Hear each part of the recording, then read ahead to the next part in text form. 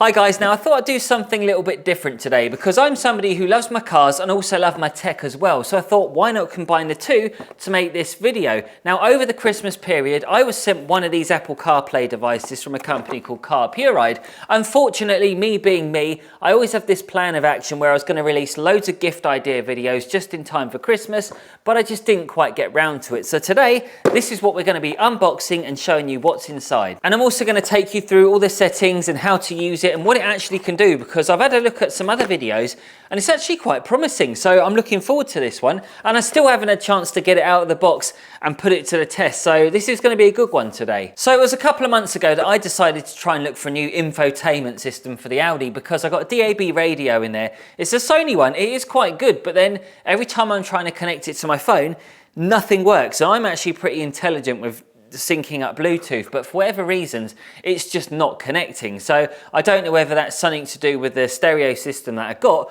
or maybe my cheap knockoff iPhone, but either way I decided to go for one of these anyway. So when CarPlay reached out to me, I thought, why not? Why don't we just take it with both hands and see what it can do? And in fact, the model I got here is slightly bigger than I thought it was going to be. And when someone says, oh, I've got this and that and this screen is going to be X amount of dimensions, I thought in my head 10 inches would be about this big, but I'm guessing based on the size of the box, I've literally gone and got a widescreen TV. Yeah, it's every bit as enormous as I thought it would be. This is actually called the 103, which basically means it's 10.3 inches. God, 10.3 inches, that'll please any woman.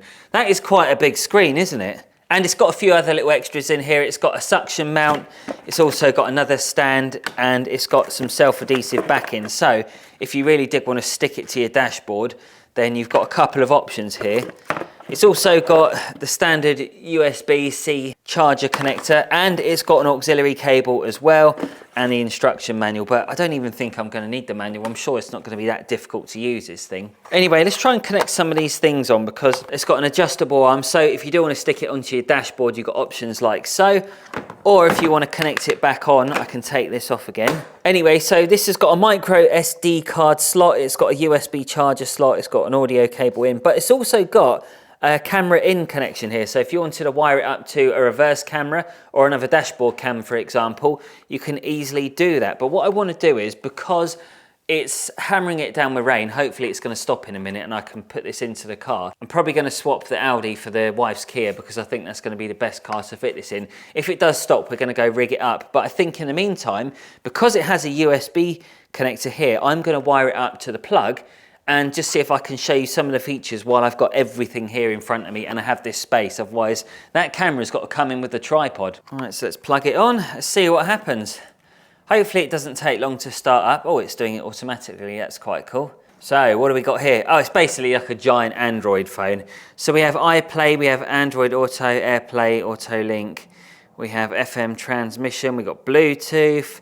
Right, I need to connect this up to my phone because what I want it to do is transfer some of the apps from my phone onto this. So I'm going to turn Bluetooth on my phone and try and connect it. I'm just going to go to my settings. Oh, no, hang on, it's doing it. Oh, okay. Hello, we are... Yep, okay, it's just like automatically done it. That's really weird because the last place I searched was this company, the leather care specialist. Is it Geist or Geist? And it's automatically remembered that. I searched that on my phone earlier on because I was going to contact them about something. That is really cool and scary because it's also got my data now. That is incredible. Okay, so I'm going to put in my... Oh, actually, this might not work because we don't have any signal around here anyway at the best of times. And the fact I'm now in my unit as well, and I can't afford Wi-Fi yet. So we are having a few problems. But anyway, we can gloss over that. So basically the Google Maps, I mean, that's a really wide display. And it's also got this here for my YouTube music, and it's got a For You. I take it that's going to be my playlist. That's quite cool. If I go to my apps now, so I've got Maps, I've got Messages. I'm going to click Messages. Holly, let me know when you want dinner. Oh, right, yeah, that was my wife. That was yesterday. I don't even check my messages. HMRC, just one more day to pay your bill. Yeah, I paid it, thanks. Oh, I like this. This is cool. Okay, so one thing it can't do is go through old messages. If there's a new message like this, so from my wife, she sent me a message 19 hours ago. When there's signal, what will happen is every time I'm talking, it's going to basically spell out whatever it is I'm saying. So if I know when is a good time to put the food in XXX. Yeah. Okay. So basically, it will read out your messages, which is quite cool. Oh, this is all right, isn't it? So we've got a wide range of apps that you can have access to here. I've got Amazon Music, Calendar, Game Shack.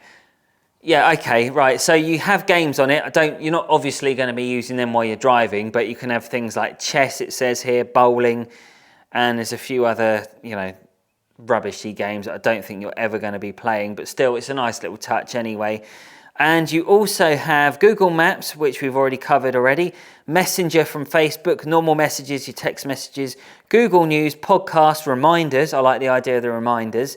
And the weather app and YouTube Music as well. You can't get normal YouTube, so you can't really use it as a TV, which is probably for the best because I think people will be just exploiting it a bit too much. So it's not really a lot of touching involved in terms of distractions on this thing, but it is still quite a big screen nevertheless. I don't know whether it's going to be too big, but then look at the technology that they're putting into cars these days. Most brand new vehicles have gigantic iPads in the middle, like a Tesla. So it's not really half as bad as that, but still is quite a big thing to have in your car nevertheless. So it's not going to import every single app from your mobile phone. Let's just be very clear on that. But it actually makes sense because the last thing you want to be doing is importing things like eBay or Facebook onto here because you've got that temptation of clicking things and seeing what's going on just because you're sitting in traffic. And the last thing you want to do is have an accident. So I really do like this feature. Now, if I was to be quite critical on this device, I would say that it is on the large side. It's not the smallest of things.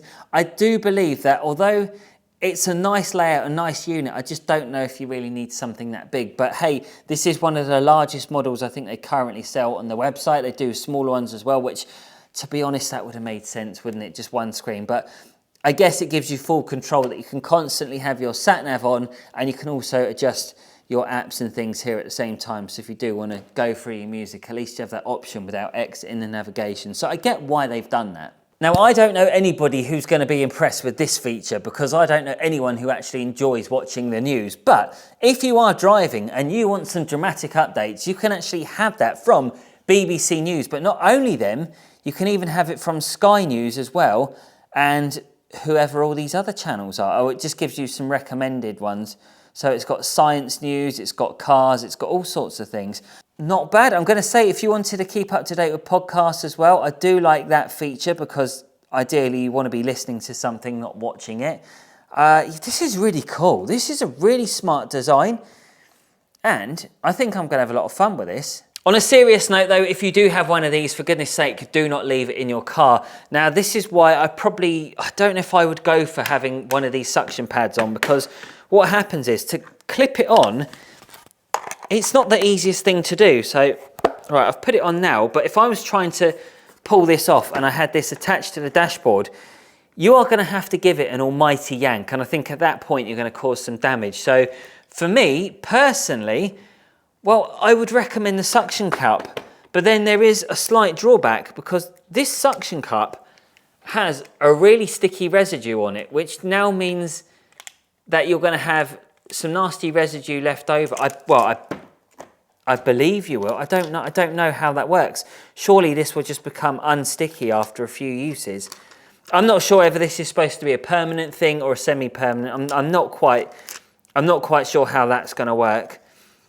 But personally, I would get one that you can somehow attach onto the window. So they need to have something else. Actually, they do. They have one that goes into your CD player. So for those of you who have a good old-fashioned CD player like me, imagine this being the CD player section. You can actually slot it straight in and it will just hook onto there and it doesn't go anywhere. So I have seen that. That's a cool accessory. But for this, yeah, I don't know whether those suction mounts are going to work for me. I can't quite see that happening unless I was going to leave it in the car, but I just don't want it to be a target for thieves. And even worse, even if they can't nick it and they just smash a window because they see it in there because they attempt to nick it, it's still going to give you a bigger headache. So I wouldn't leave it on display, but I'd personally look at getting a different suction cup if you are going to get a device like this